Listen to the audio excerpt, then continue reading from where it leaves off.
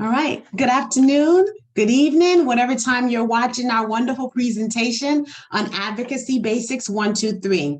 My name is Andrea Richardson. I'm a health information specialist from our organization known as PATH, Parents Available to Help.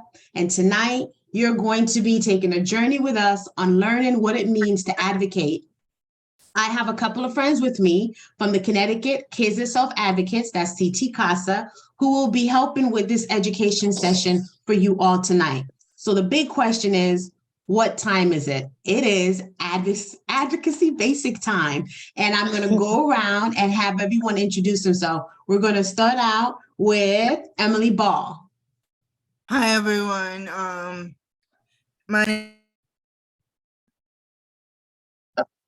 Oops. Em, you're muted. You can edit that. Right? Hi, everyone. My name is Emily Long, and I am the Youth Outreach Coordinator and co-facilitator of CT KASA. Thank you, Emily. Youth Emily Outreach Coordinator of PATH and co-facilitator of KASA. Emily Cohen.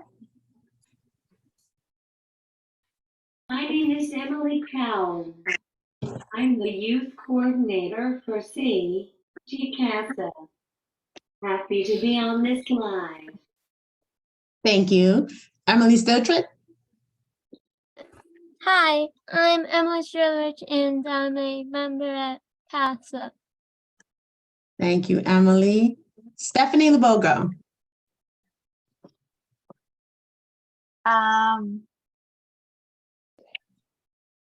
Hi, my name is Stephanie Laboga. What else to say?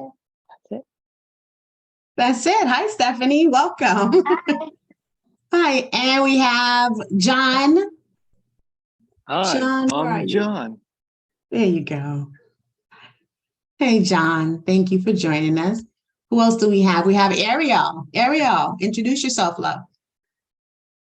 I'm Ariel. And I think I saw Victoria. Hey, Victoria. Hi, I'm Victoria, and I'm a member of CT KASA.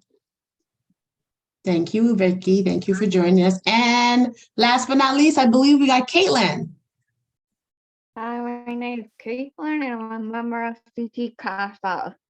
Thank you. And I'm just going to ask a big favor. I'm wondering if my wonderful CT KASA group will be able to put on their camera so I can see their lovely faces.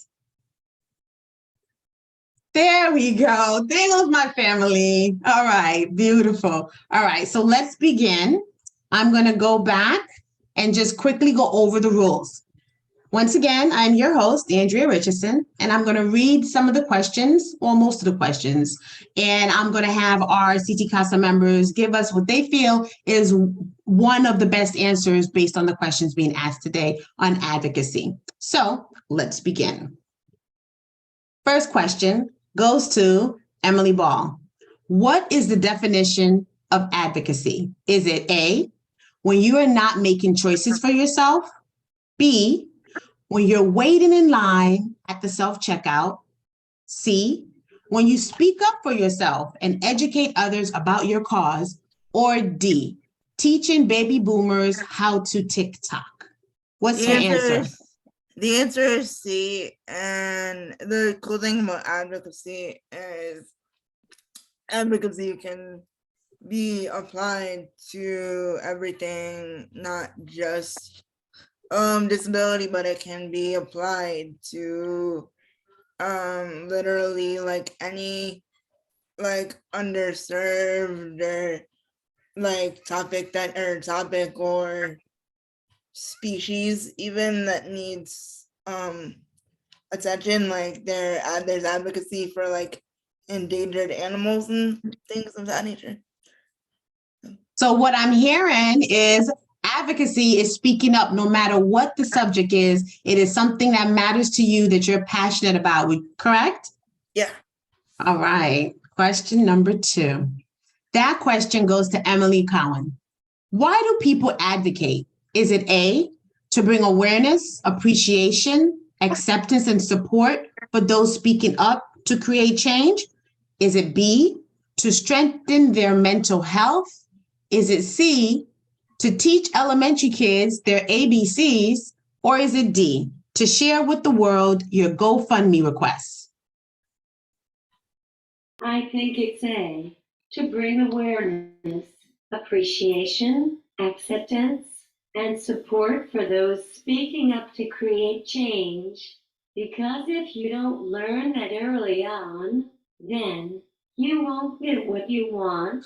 And in regards to your life, it should be what you want, not what others think you should do. Drop the mic. Couldn't have said it better. That was beautiful. Oh. Thank you. Thank you. I'm excited. All right, moving on to question number 3. Goes to my little one, Caitlin. What are the different ways of advocating? Is it A, teaching others how to do the Dougie? Or is it B, doing 50 push-ups in 1 minute?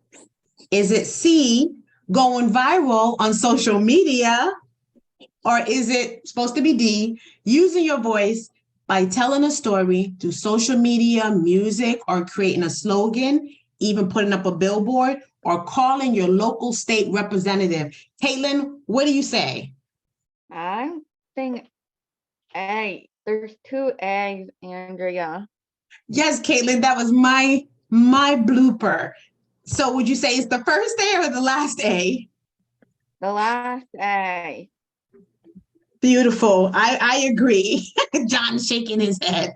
Yes, I agree. Using your voice by telling a story is one of the many ways you can advocate. But if you also notice in question number 3, it gives you other ways that you can advocate through social media, writing a song, playing music, holding up a slogan, or putting up a billboard. And most importantly, the place that is going to get the most effort is calling your state representative so that they can speak on your behalf. Excellent. All right, moving on to question number 4. Who do we have? Victoria, when should you advocate? Is it A, when you are thirsty for lemonade? Is it B, when there is a long line at Starbucks? I'll get behind that one. Is it C, when your older sibling hides the remote control? Or is it D, when you feel marginalized, being overlooked, not included, and when your rights are being denied? I'd say it's D. When you're feeling marginalized and being overlooked, right? Not included? Correct. Yeah. What's cool about that is I didn't really know what marginalized meant. I'm just going to be honest. And then I remembered I remembered being in school and they said, stick within the margins. And then I thought, people are marginalized or pushed out. They're all the way on the edge of they're not a part of the whole page. And I was like, I'll never forget marginalized now. Just wanted to share that with you guys. All right. Question number 5. Moving on. Emily Stiltridge, what brings about changes to our laws and policies? Is it A, advocating for those changes by voting? Is it B, when we throw a parade on Main Street? Or is it C, working out your glutes? And last, D, when there's a thunder and lightning storm? I think it's A, because voting can bring leaders to power, and if they go with your beliefs, then that's a good thing. And if they don't go with your beliefs, then it's complicated. It is. But voting helps makes those decisions. So yes, I agree with you. Voting is a good way to have a final period on the circumstance. That's your say, right? Your vote is your say. Beautiful. Yeah. Thank you. Question number 6 goes to Stephanie. What statement below is true about advocacy? Would you say it's A, if you want change, you have to make it? Is it B, people who are determined to never give up are willing to fight for their rights? Is it C, storytelling is one of the best ways to gain support for your cause? Or is it D, using the power of voting to create change? Stephanie, what do you say? What? All the above. Excellent. I would agree with that. Literally, A, B, C, or D are true statements about advocacy, and depending on your passion or what drives you the most, you can decide to Yeah. choose either one. So I agree writing with a you, story? Stephanie. I agree with you. It could be either one of those, like all of them, all of the above, right? I like the storytelling one. You like the storytelling one. That is actually a I pretty like cool writing one. stories. Because you like stories. Yes, I do too. And to be honest, storytelling actually has a more like resounding effect, meaning it sticks with people longer. The story does. Okay, and we're moving on to our very last, it's not really a question, but more of a discussion. Here in this particular part of our training session on advocacy, we're going to have our CT KASA members share with us a time that they had to speak up for themselves. And we're going to start with our very own Emily Ball. Okay, so my story starts when I was in college. I think it was like in the middle of my college career, I want to say. I was in I had to take a class for I had to take an exam for one of my classes.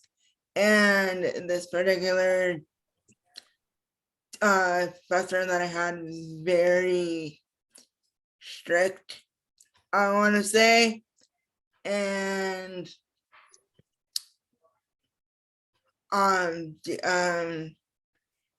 due to that, because of what happened during the situation, I was scared of what happened. But basically, the day I had to take the exam,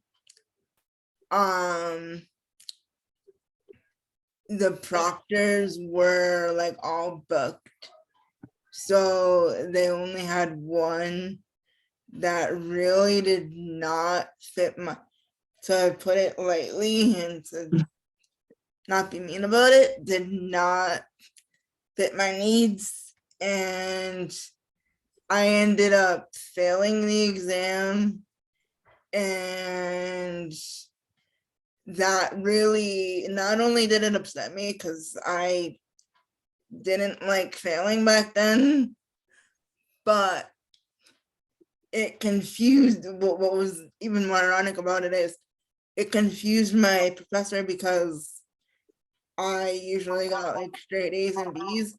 So for me to fail was kind of like unheard of. So when I explained to her the situation, she let me retake the exam with my note taker that I had on a day-to-day basis, and I ended up passing. Excellent, excellent. That is a story on advocacy based on you speaking up for your rights in education, right? Would you say that if you didn't say anything, you would have just had an F in that class? Pretty much, yeah. I don't know, like, yeah. Yeah, so For that grade anyway. Yeah, so like that was definitely something that like I'll never forget about college, but also because my professor was rather kind of eccentric. So but so it's kind of like I still feel bad thinking about it due to the reasons like why I failed, but then I have to think about the fact that why I failed was not my fault. very true. So it's like, it's very like, I mean, I'm glad I ended up getting an A. And like, I'm glad that that story has helped me professionally in a sense. Well, not in a sense, but I'm glad that that story has helped me professionally. So in a way, it's kind of good that it happened, because it, you know, helped me, you know, use my experience in my work. But anyway. It did. it helped you find your voice. Yeah. Right? So that's your first example of finding your voice in a way that made things change for you. I mean, like, I've been in the advocacy, like, not field, because I wasn't in the field when I was like 12, but like when I started to like, you know, get into the field itself, it's like, oh, this could help me. And it has. Anyway. Excellent. Excellent. Beautiful example. And thank you for sharing your story. The next person I have sharing their story with us tonight on how they advocated for their rights is Emily Cohn. My transition from high school to college wasn't an easy transition. Not so much because of my cerebral palsy, but because some people on my so-called team in high school had the belief that I was incapable of doing real college. Despite having great grades all throughout high school and me expressing how ready I was for college, these specific people had one certain idea of what cerebral palsy was. They had a preconceived notion of what those with cerebral palsy are capable of achieving in their lives. Dismissing those certain opinions that I didn't give the time of day to listen to, I decided to do what I wanted to do and started applying to colleges. This was not an easy choice because I had certain people from my high school telling me that I wasn't making the right decision. Also, my family was very supportive of me going to college and making my own decision, which helped. So I went ahead and applied to 4 colleges in Connecticut. I got accepted to all 4 schools. I ended up going to Sacred Heart University, and I graduated last December with my bachelor's degree in psychology. Yes, girl.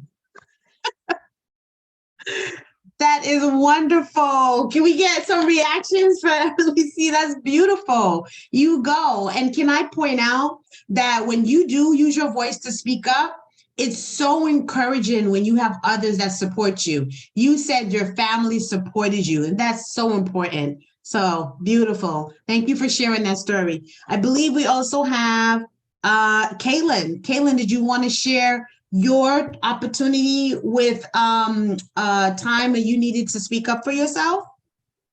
Sure, I would actually like that. So a few years ago, I was taking some medicine that was not working. I tried a lot of different ones, and I was just not happy at all.